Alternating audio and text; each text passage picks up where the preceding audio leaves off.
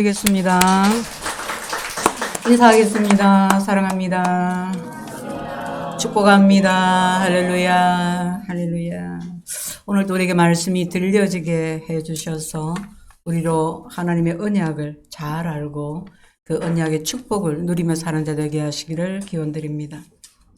우리가 보면 많은 약속들 가운데서 살아갑니다. 여러분 하루에 얼마나 또 어떤 약속들을 하고 있습니까? 오늘 퇴근하면 집에 일찍 들어갈게. 또 공부 열심히 하겠습니다. 그렇죠? 애들이 있고 열심히 하겠습니다. 화 안 내겠다. 욕 안 하겠다. 이런 일상의 약속들도 있고, 정치인의 약속도 있고, 기업가의 약속도 있고, 또 국가와 국가 간의 약속들도 있습니다. 오늘 본문은 하나님께서 우리에게 놀라운 약속을 주셨다고 말씀합니다. 하나님께서 믿는 자에게 엄청난 복을 주신다는 것입니다. 그런데 믿는 자인 우리가 하나님의 약속을 잘 모르고 또 그 약속에 대해서 깊이 묵상하지 않으므로 하나님의 약속을 잃어버리고 세상 근심에 빠져서 살고 있다는 것입니다. 하나님이 우리에게 주신 약속이 무엇입니까? 본문은 하나님의 약속에 대해서 몇 가지로 설명을 하고 있습니다. 언약이라는 단어와 약속이라는 단어를 겸하여서 쓰고 있는데 약속이죠. 둘 다 같은 말이죠. 그런데 이 약속이 얼마나 중요한가를 더 강조하기 위해서 언약이라는 단어를 썼습니다. 15절 말씀에 형제들아 내가 사람의 예대로 말하노니 사람의 언약이라도 정한 후에는 아무도 패하거나 더하거나 하지 못하지 않냐. 그죠? 우리가 약속을 하고 사는데 정말 귀한 약속들, 그런 약속들은 함부로 패하지 않는다 이 말이에요. 약속은 지켜야 된다 이 말이에요. 그런데 하나님이 약속하셨는데 하나님이 그 약속에 대해서 얼마나 신실하게 지키시겠느냐 하는 것입니다. 하나님의 약속은 어떤 것입니까? 첫 번째로 하나님의 약속은 무조건적인 약속입니다. 우리가 하는 약속은 대개는 조건적입니다. 아니, 다 그렇습니다. 그죠? 시험 잘 치면 사줄게.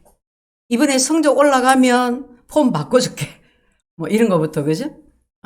반드시 무엇을 하면 하는 조건이 다릅니다. 열심히 공부하면, 회사에서 이번에 부서에서 성과를 올리면, 그죠? 이렇게 하면 이렇게 하겠다. 우리가 하는 약속에는 이와 같은 조건이 붙어 있습니다. 그런데 하나님이 우리에게 하신 약속은 조건이 없습니다. 무조건적인 약속입니다. 사도 바울이 무슨 근거로 이렇게 말합니까?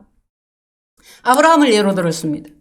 하나님이 갈대아 우르 지방에서 우상을 섬기며 살아가고 있던 아브라함을 은혜로 부르셨습니다.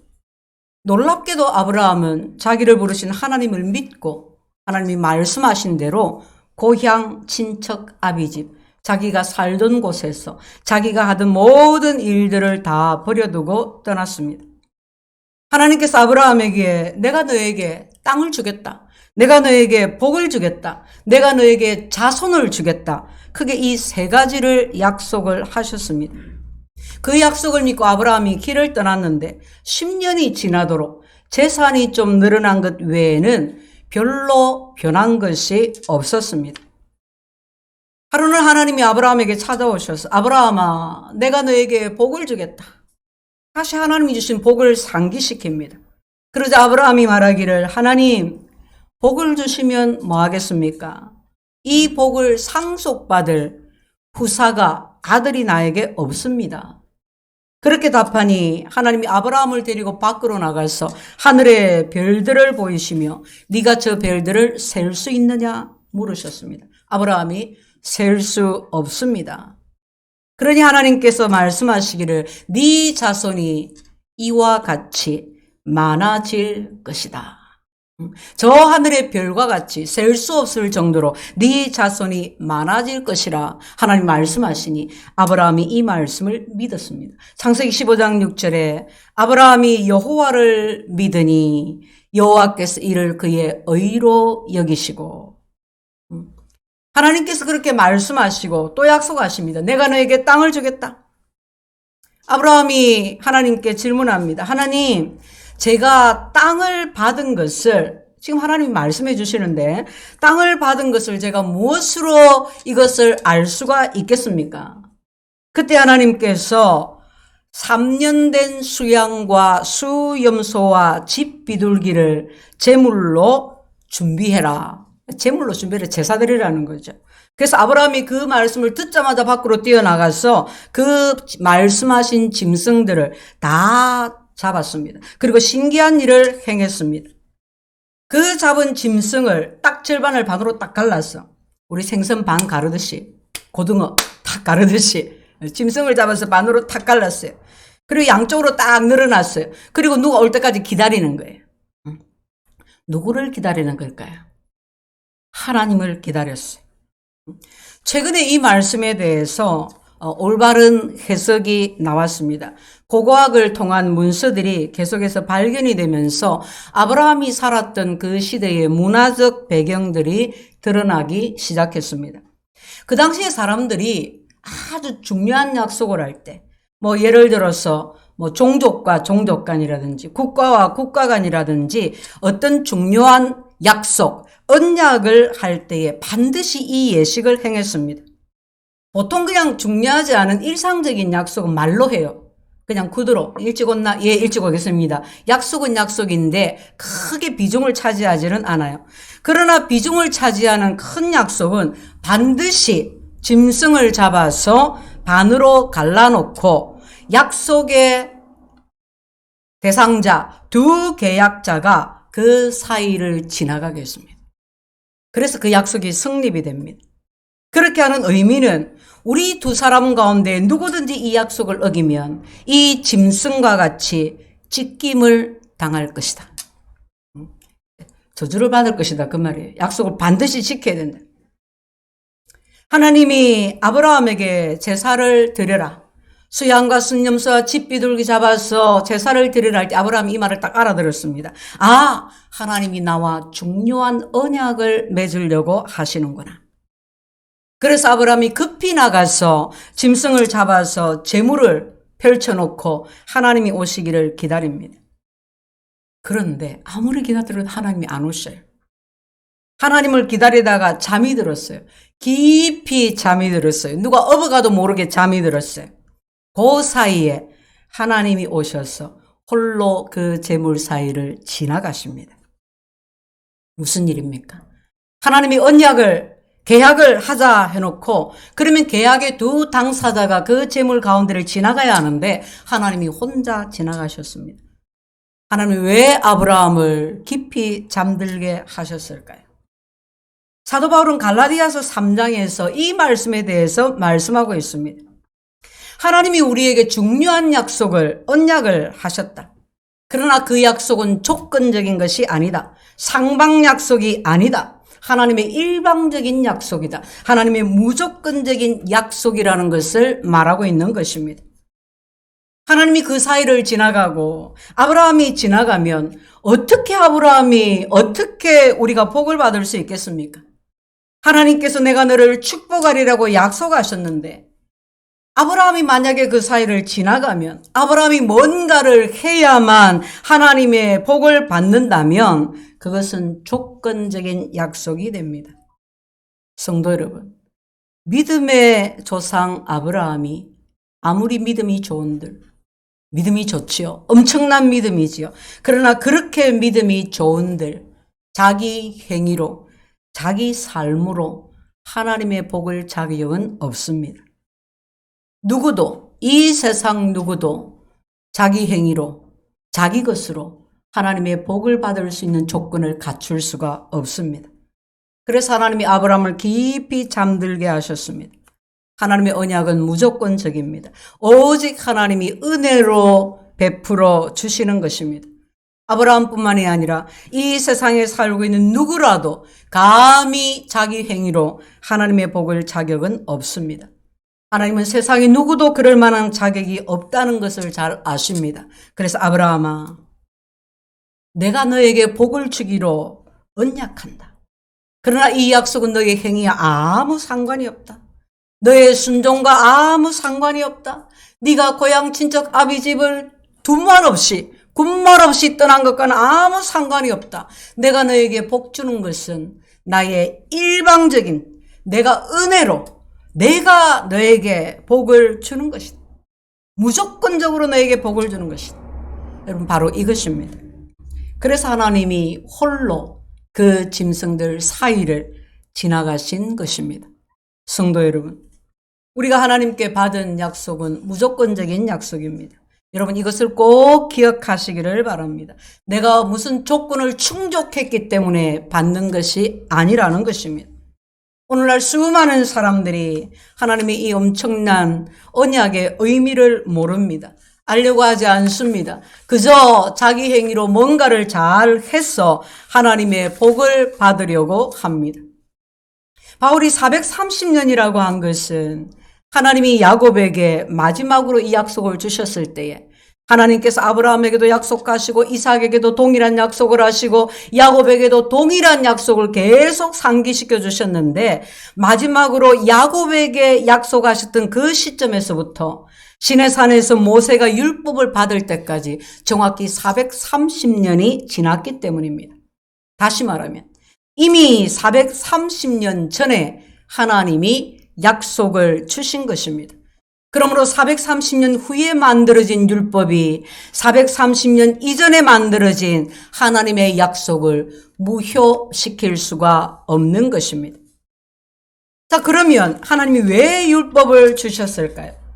약속이 있는데 왜 430년 후에 다시 율법을 주셨을까요? 여기 더했다라는 단어가 나오죠. 그죠?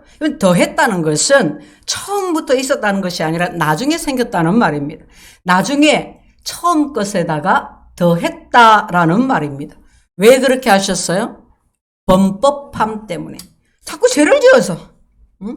율법의 목적은 그래서 죄를 깨닫게 하려는 것입니다. 죄를 깨닫게 하기 위해서 법을 주신 것입니다.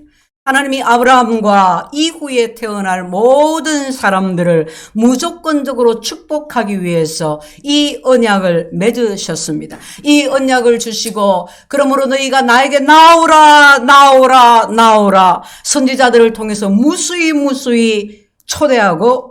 초대하십니다. 그런데 사람들이 하나님이 축복을 했든가 말든가 나하고 무슨 상관이 있어? 내가 얼마나 열심히 살고 있는데 이렇게 열심히 살면 돼. 나는 내 힘으로 얼마든지 복을 만들 수 있어.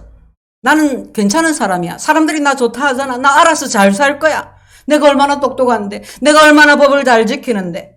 하나님의 축복 굳이 안 받아도 돼. 알 필요도 없어. 사람들이 그렇게 생각을 해. 하나님이 무조건적으로 약속하신 모든 사람들을 향해서 축복하신 그 약속이 이제 무효화되기에 이르는 거예요. 그 직전에 하나님이 생각도 못해서 율법을 보내주신 것입니다. 그래서 법을 통해서 내가 얼마나 무능력한지, 내가 얼마나 죄인인지, 내가 얼마나 선을 행할 수 있는 능력이 없는지, 내가 얼마나 하나님의 법을 어기고 사는지를 깨닫게 하시려고. 그래서 하나님께서 우리를 하나님의 은혜의 보좌 앞으로 무조건적인 하나님의 약속으로 나아가도록 율법을 우리에게 주신 것입니다. 그러므로 율법은 나쁜 것이 아닙니다. 때때로 율법은 아주 잔혹하고 때때로 우리 폐부를 찌르기도 하지만 율법은 하나님이 우리에게 허락하신 좋은 것입니다. 율법이 우리를 사정없이 찌르고 사정없이 우리 죄를 들추어내어서 우리를 하나님께로 그리스도에게로 인도하는 것입니다. 우리가 율법을 통해서 내가 죄인이라는 것을 깨닫고 그래서 이제 예수가 그리스도이심을 믿게 되면 우리는 율법의 모든 매임에서 벗어나게 됩니다. 해방이 되는 것입니다. 진리 안에서 자유함을 누리는 것입니다. 법이 아니라 이제 예수로 자유함을 얻어서 우리의 믿음의 생활이, 우리의 삶이 새로운 단계로 넘어가게 되는 것입니다. 내가 교회를 다니는 것이 교회 안 가면 벌 받을까 봐. 응? 내가 신앙생활하는 것이 하나님 앞에 내가 벌 받을까 봐 무서워서 그래서 내가 교회를 가는 것이 아니라 예수님 때문에, 내가 구원받았기 때문에, 내가 하나님의 사랑받는 자녀가 되었기 때문에, 내가 이렇게 말할 수 없는 하나님의 은혜를 받았기 때문에, 내가 법으로 법 안 지키면 큰일 날까 봐가 아니라 내가 자유함으로 하나님의 말씀에 순종하고 교회 생활, 신앙 생활을 해 나가는 것입니다. 하나님의 약속은 이 세상의 그 어떤 것도 율법조차도 무효화시킬 수 없는 확실한 약속, 영원 불변한 약속인 것입니다. 하나님의 무조건적인 약속이, 그리스도를 통한 약속이, 확실한 약속이 우리에게 놀라운 축복을 가져다 줍니다. 자, 두 번째는 16절입니다. 이 약속들이 아브라함과 그 자손에게 말씀하신 것인데 여럿을 가리켜 그 자손들이라 하지 아니하시고 오직 한 사람을 가리켜 네 자손이라 하셨으니 곧 그리스도라. 하나님이 아브라함만 아니라 약속의 대상으로 한 사람을 더 추가시켰습니다. 이 약속이 창세기 17장 또 22장에서 반복이 됩니다. 하나님이 아브라함과만 아니라 아브라함의 자손과 약속을 맺었는데 그 자손이 누구냐? 우리는 하나님의 약속을 받은 적이 없습니다. 하나님이 그 언약식을 행하실 때 우리가 거기에 참석하지 않았습니다. 혹시 참석하신 분 있습니까? 없습니다. 하나님은 단지 아브라함과 그 아브라함의 자손과 약속하셨습니다. 그런데 놀랍게도 자손들이라 하지 않고 자손이라는 단수를 썼습니다.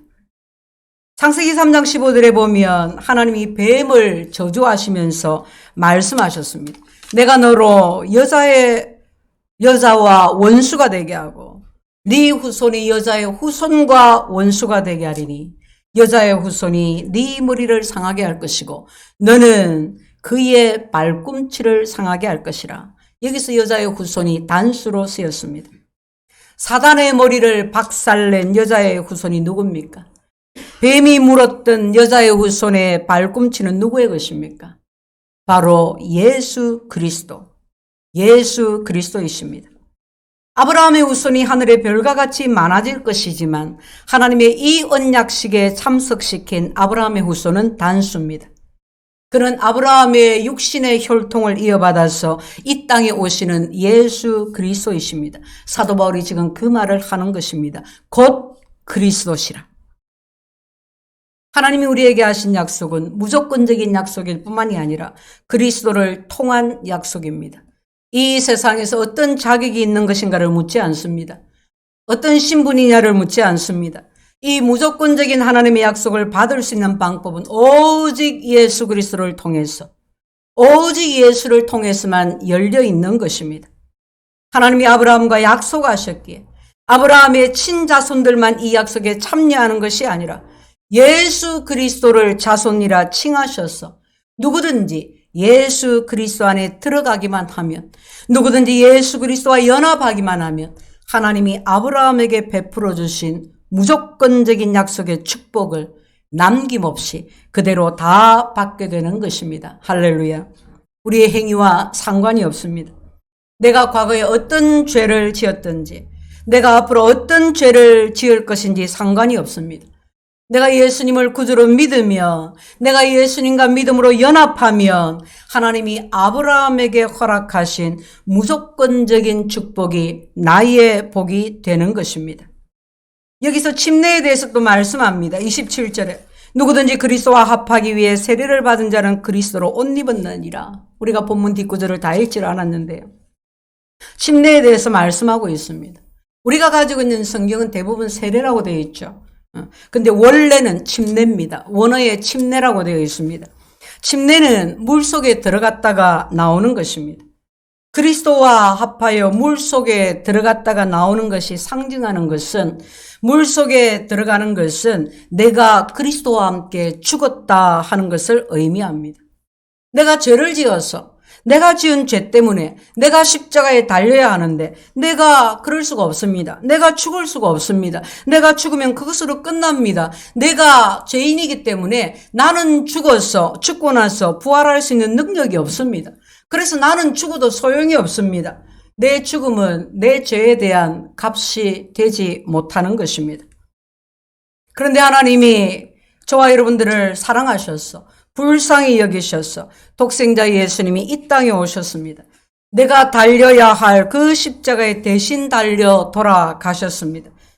내가 죽지 않았지만 이 사실을 우리가 믿으면, 이 사실을 믿고 침례를 받으면 하나님은 내가 물속에 들어간 것으로, 내가 죽은 것으로 여겨주신다는 것입니다. 그 다음 물속에서 올라온다는 것은 예수님이 죽으시고 3일 만에 부활하셨습니다. 죽음의 권세를 이기시고 부활하신 것을 상징합니다. 누구든지 그리스도와 합하기 위해 침례를 받은 자는 그리스도로 옷 입었느니라. 하나님이 나를 보실 때 나를 보지 아니하고 내가 입은 옷을 보십니다.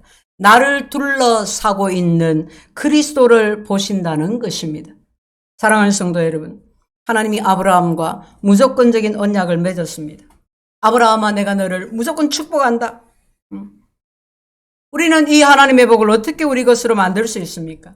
그리스도를 통해서만이 만들 수 있습니다. 예수를 구주로 믿는 것입니다. 그리스도와 함께 죽고 사는 침례를 받는 것입니다. 그리스도와 함께 연합하는 삶을 사는 것입니다. 이것이 거듭나는 것입니다. 구원받는 것입니다. 의롭게 되는 것입니다. 이것이 죄사함을 받는 것이요, 성령 받는 것입니다. 그리스도의 몸의 일부가 되는 것이요, 성령이 내 안에 거하시고 성령 충만함을 받는 것입니다. 나의 과거에, 지금 현재의, 미래의 행위와 상관이 없이 하나님은 우리를 무조건적으로 축복하십니다. 그리스도 안에서. 오직 그리스도를 통해서 우리에게 복 주심하고 하나님이 약속하셨습니다. 할렐루야. 또한 하나님의 약속은 아무도 패할 수 없는 확실한 영원 불변한 약속입니다. 바울이 복음을 전합니다. 누구든지 예수님을 구주로 믿으면, 예수님과 합하여 예수로 옷을 입으면 그는 하나님이 무조건 복 주신다. 그러니 율법주의자들이 이와 같이 질문합니다.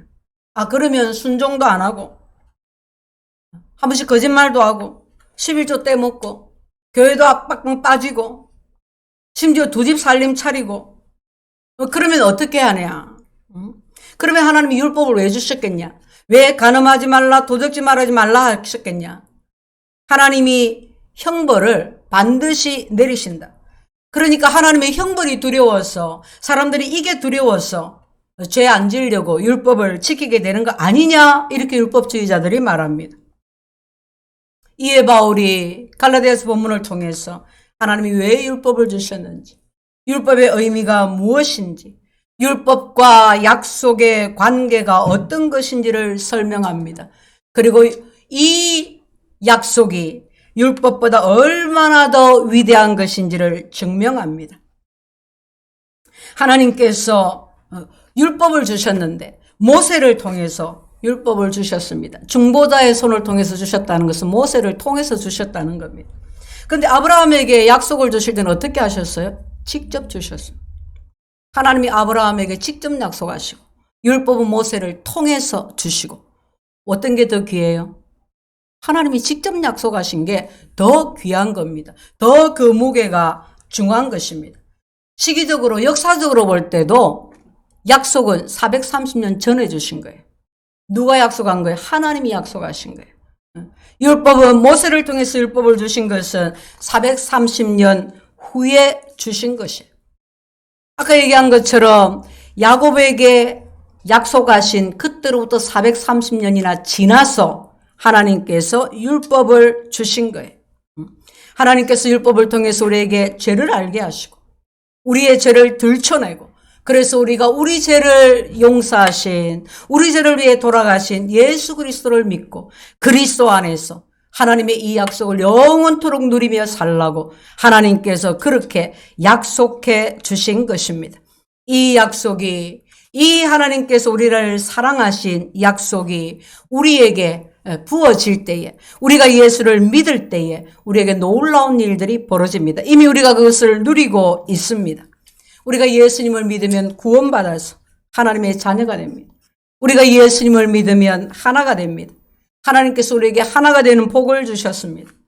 어른과 아이가 하나가 되고 남녀와 노소가 하나가 되고 믿음 안에서 하나가 되는 것입니다. 인종과 종족과 지역과 신분, 지위 관계없이 하나가 되는 것입니다. 교회 안에서 종종 다툼이 일어납니다. 그것은 예수님을 믿으면 교회 안에 교인들이 형제보다 더 가까운 하나가 된다는 것을 모르기 때문입니다. 교회에 나오는데 누구는 한없이 외롭습니다. 교회에 나오는데 누구는 흥청망청하고 누구는 굶주립니다. 왜요? 하나가 된 것을 모르기 때문입니다. 우리는 믿음 안에서 하나입니다. 하나님이 하나가 되는 복을 주셨습니다. 또한 우리가 가만히 보면 사람들이 유산 받는 것에 대해서 관심이 많은 것 같습니다. 우리 서민들은 받을 것도 별로 없고 하니까 별로 관심을 안 갖지만 남이 받는 유산에 관심이 많은 것 같아요. 재벌이 얼마를 유산을 상속하더라 관심이 많잖아요. 자, 근데 생각을 한번 해봅시다. 우리 이런 생각을 하면 잠깐이라도 좀 행복해지는 것 같아요. 우리 아버지가 어마무시하게 부자입니다. 몇천억 자산가입니다.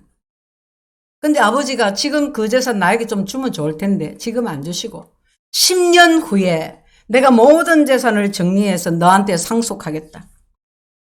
공정도 다 했습니다. 잠 오겠습니까? 얼마나 기쁘겠습니까? 응? 지금 좀 고생이 돼도 지금 하는 일이 잘 안 돼도 그 고생인지 뭔들 못 견디겠습니까? 왜요? 상속이 있는데. 엄청난 상속이 나에게 있는데. 성경이 우리에게 말씀하십니다. 하나님이 우리에게 놀라운 약속을 하셨습니다. 그것은 바로 하나님께 속한 모든 것을 우리에게 상속하신다는 것입니다. 모든 것을 우리가 유업으로 받는다는 것입니다. 하나님의 생명을 받습니다. 천국에 있는 모든 것을 우리가 받습니다. 우리가 지금 힘든 시대를 살아가고 있습니다. 앞으로 더 힘들어질 것에 대한 이견이 없습니다. 그러나 성도 여러분, 지금 그리고 앞으로 어떤 힘든 환경이 닥친다고 하더라도 우리에게는 소망이 있지 않습니까? 우리에게는 하나님의 약속이 있음을 기억하십시오. 우리가 우리 행위가 아니라 하나님의 은혜로 무조건적인 약속을 받은 것입니다. 그리스도를 통해서 받았습니다. 변치 않는 영원 불변한 약속을 받았습니다. 언젠가 우리가 하나님의 상속자가 될 것입니다. 지금 누리는 것은 그저 약간 맛보기. 그러나 언젠가 하나님의 천국의 모든 것을 우리가 누리게 될 것입니다. 그러므로 지금 여러분이 겪고 있는 그 잠깐의 질병도 고통도 고난도 감사하면서 웃으면서 날려 보내시기를 바랍니다. 우리는 하나님의 약속을 받았다는 것을, 여러분이 그리스도를 믿음으로 그리스도 안에서 이 약속을 받았다는 것을 기억하시기를 예수 이름으로 축원드립니다. 주님 감사합니다.